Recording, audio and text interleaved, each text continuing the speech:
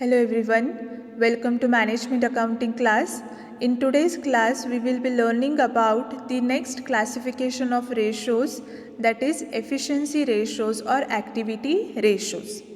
Okay, now what do you mean by efficiency ratios or activity ratios? These are the ratios measure efficiency with which the assets are managed in the business. Okay, which means that these assets provides information about how efficiently the assets have been managed in the business. These ratios are also called as turnover ratios, as they show how efficiently assets rotate in the business. Okay, with the help of activity ratios or efficiency ratios, we will find out the efficiency of the business organization, how well the business organization is managing their assets to increase the turnover of the business organization. Okay, high ratio indicates efficient management of assets and low ratio depicts inefficient management of assets. Okay, suppose if the ratio is high, it indicates that efficient management of assets, and if the ratio is low, it depicts that inefficient management of assets. Okay, the important efficiency ratios are, first one is, see here, this is the third classification of ratio. In that, in efficiency ratios, first one is fixed assets turnover ratio, second one working capital turnover ratio. In working capital turnover ratio, we will be studying debtors turnover ratio, debtors collection period ratio, next creditors turnover ratio, debt payment period ratio, and stock turnover ratio. Okay, so these are the ratios we are going to learn in efficiency ratios. Okay, now we will be discussing today first one, that is fixed assets turnover ratio. Fixed assets turnover ratio indicates the extent to which the investment in fixed assets contribute towards the sales, which means that whatever investment is being done in the fixed assets, how well this investment is contributing towards the sales, this information we will get to know with the help of fixed assets turnover ratio. Okay, it also indicates whether the investment, that is whether the investment in fixed asset has been judicious or not, whether it is been contributing, the investment is been contributing towards the sales or no. This information we can get with the help of fixed asset turnover ratio.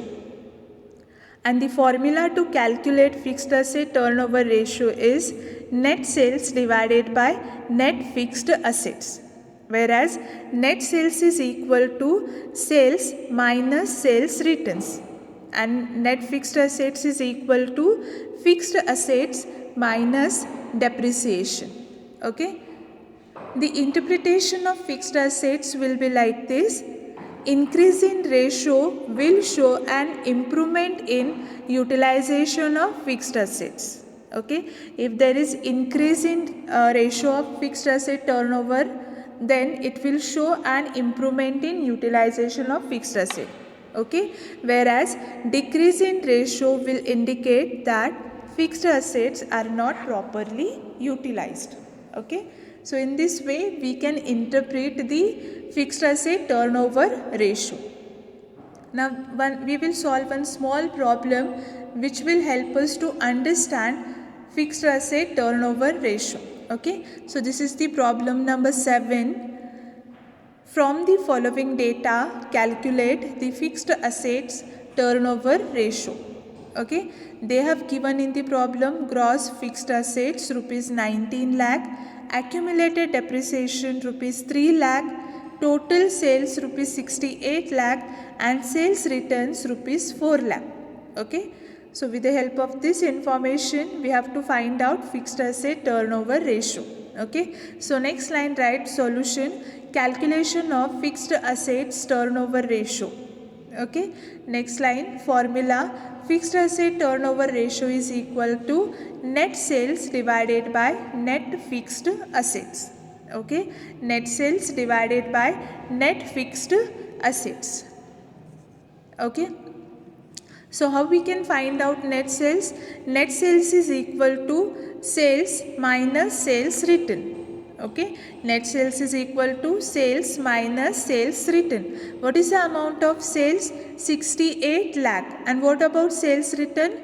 4 lakh. So 68 lakh minus 4 lakh is equal to 64 lakh. Okay, 64 lakh is what? Net sales. Now next we have to find out what? Net fixed assets. So next line, write net fixed assets is equal to fixed assets minus depreciation. Okay, fixed assets minus depreciation. What is the amount of fixed assets? It is 19 lakh. Okay, how much? 19 lakh. Minus depreciation amount, how much? 3 lakh. It is given in the problem C. Accumulated depreciation rupees 3 lakh.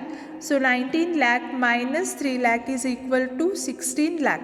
Now put both the values into the formula.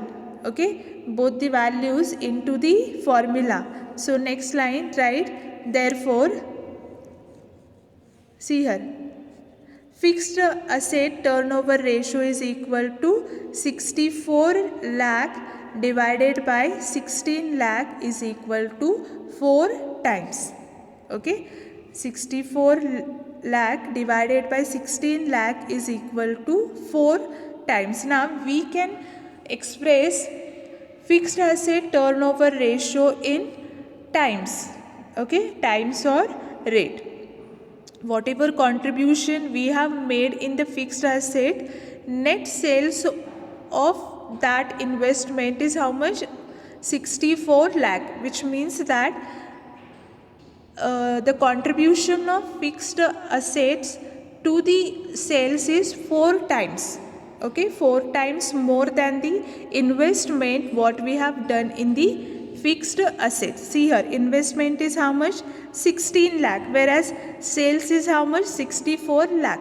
Okay, it is 4 times than the whatever investment we have done in the amount of in the fixed asset. Okay, so this way we can find out the fixed asset turnover ratio. Okay, now here no need of writing the conclusion or interpretation, but you can try to write here. Now see, investment is less than compared to whatever sales the firm has earned, which means that there is increase in ratio, which shows that business firm has efficiently managed their asset, which is contributing to the sales, because the sales amount is 4 times more than the investment in fixed asset. Okay, I hope you understood the calculation of fixed asset turnover ratio. Okay, in efficiency ratios or activity ratios, we will be studying basically 2 main ratios. First one is fixed asset turnover ratio and second one is working capital ratio. Okay, in working capital ratios we have debtors turnover ratio, debtors collection period ratio, next creditors turnover ratio and creditors or debt payment period ratio, and last one is stock turnover ratio. Okay, so this working capital ratio we will be studying in the next class. Okay, thank you. One more thing, in the previous class we have solved one problem on ratios, solvency ratio, combined problem on solvency ratios and current ratio. Okay, interpretation of that problem we will be discussing in the next class. Okay, whenever we solve practical problem, during that class we will be discussing the interpretation of that problem. Okay, whatever problem we have solved in the previous class. Thank you.